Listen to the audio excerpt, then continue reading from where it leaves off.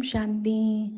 आज बाबा की मंडे की मुरली में बाबा ने सबसे पहली बात हम ध्यान खिंचवाई है कि अपना चार्ट रखना है कि हमने सारा दिन में कोई पाप कर्म तो नहीं किया। कई बार बाबा कहते हैं चार्ट ये भी रखो कि बाबा को कितना याद करते हैं या किसी को दुख तो नहीं देते। तो बेसिकली चार्ट रखने का मतलब होता है अपना एक रूटीन या एक शेड्यूल पहले से प्लान कर लेना ताकि हम अटेंशन दे पाएँ। आध्यात्मिक जो लाइन है ना, या जो हम बोलते हैं स्पिरिचुअल पाथ है, आध्यात्मिक रास्ता है, उस पे बहुत इम्पॉर्टेंट बात ये है कि हम अटेंशन कितना देते हैं खुद के ऊपर। और शायद दुनिया में भी मेरे ख्याल कोई ऐसी लाइन नहीं है, जॉब या बिजनेस या फैमिली चलाना, जहाँ इस शब्द पर ध्यान नहीं दिया जाता हो कि हम अपने ऊपर कितना अटेंशन रखते हैं। आप सोचिए, जिसको जो मर्जी आया, जब मर्जी जिसके सामने बोल दिया, चाहे मजाक में चाहे गुस्से में, तो भी कितने रिश्ते खराब होते हैं। तो कितना अटेंशन देना पड़ता है, चाहे छोटे बच्चों के सामने बात करनी है, बड़ों के सामने बात करनी है, बराबर वालों के सामने बात करनी है, क्योंकि किसी को भी कुछ भी बुरा लग सकता है और रिश्ता खराब हो सकता है। तो जब हम बाहर की दुनिया में इतना ध्यान रखते हैं, तो अपनी आंतरिक दुनिया में उससे ज़्यादा ध्यान रखना है, क्योंकि बाहर का सब कुछ दिखता है पर अंदर का तो दिखता नहीं। तो जैसे कर्म करने में हम अटेंशन रखते हैं, ऐसे संकल्प करने में भी अटेंशन रहे हमारा। तो बाबा का चार्ट रखने से भाव ये होता है हमेशा कि हम अपना एक प्लान बनाएं। पहले तो सुबह ही प्लान बनाएं कि आज हम ऐसे रहेंगे। कैसे रहेंगे? आज हम कोई भी एक होमवर्क ले सकते हैं। आज हम सबसे प्यार से बात करेंगे। आज हम हर एक घंटे में भगवान को याद करेंगे। आज हम कोई भी थॉट नेगेटिव नहीं क्रिएट करेंगे। आज हम किसी से भी ऊंची आवाज़ में बात नहीं करेंगे। आज हम किसी भी बात के लिए कोई एक्सक्यूज़ नहीं देंगे। आज हम सबकी बातों को हाँ करते हुए करने की कोशिश करेंगे। आज हम नो वर्ड नहीं बोलेंगे। तो ऐसे ना अपने आप को एक होमवर्क या रूटीन का एक प्लान ज़रूर है देना। और उसके साथ साथ हमारा एक थॉट भी होना चाहिए, आज मैं भगवान की सेलेक्टिव सोल हूँ, आज मैं बहुत क्वालिटीज़ को देखने वाली आत्मा हूँ।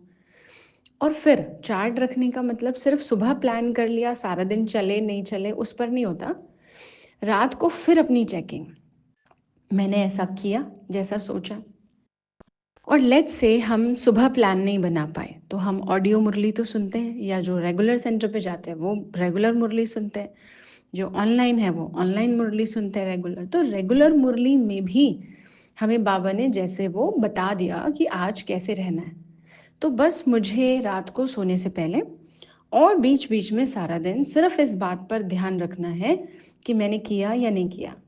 जैसे लेट्स से अगर मैंने ये होमवर्क लिया अपने लिए कि आज किसी के लिए भी नेगेटिव नहीं सोचना है, तो मुझे सिर्फ क्या करना है, अपने ऊपर अटेंशन देना है।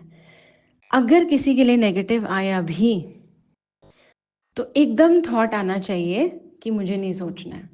हम क्या होता है, उस फ्लो में बह जाते हैं और फिर इतने संकल्पों में खो जाते हैं कि अच्छे संकल्पों के लिए, अच्छे कर्मों के लिए एनर्जी नहीं बचती। तो फिर हम पता है क्या कहते हैं, मेरा ना मन नहीं कर रहा।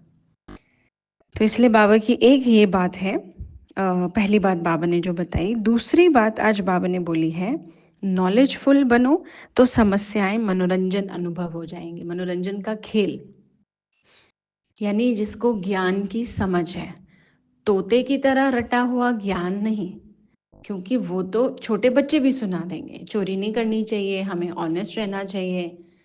आप सभी को याद होगा, हम लोगों के स्कूल में कराते थे, वो बोलते थे अच्छे बच्चे कैसे, तो सारी क्लास बोलती थी ऐसे, और ऐसे मतलब कैसे, मुंह पे उंगली रख लेते थे। लेकिन जब टीचर ने पूछा सिर्फ तभी तक है, उसके बाद जैसे ही वो सेंटेंस पूरा हुआ, एक जैसे कि रिचुअल हो गया था कि ऐसे बताना है लेकिन बातें ज़रूर करनी है क्लास में।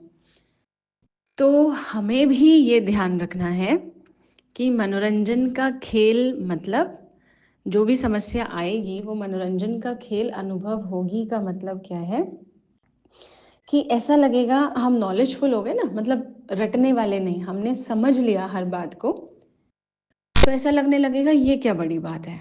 अच्छा ये सिर्फ़ इतनी सी बात है।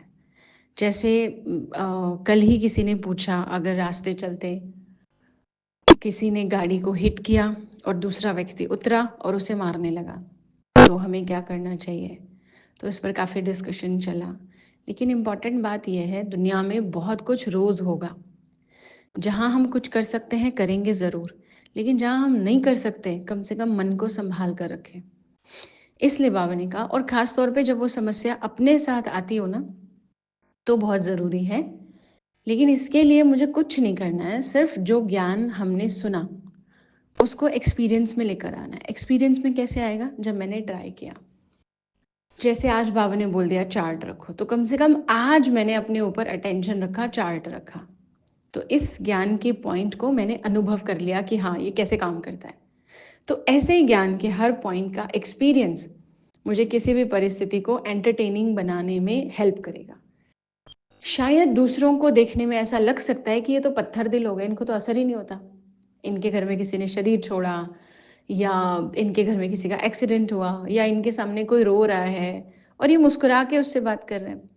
ये टेम्परेरीली लग सकता है। लेकिन इम्पॉर्टेंट ये नहीं है कि कोई रो रहा है तो हम उसके साथ बैठ के रो रहे हैं, या हमारी लाइफ में कोई परेशानी आई है तो हम हाय तौबा मचाने लग गए हैं। इससे हल तो नहीं हो जाएगा। इम्पॉर्टेंट ये है, मेरे मन की स्थिति अगर अच्छी और शक्तिशाली होगी तो वो समस्या का हल सोच पाएंगे हम, उसको हम रिजॉल्व कर पाएंगे, यानी उसे ठीक भी कर पाएंगे। तो ये बाबा की आज की मुरली है। ओम शांति।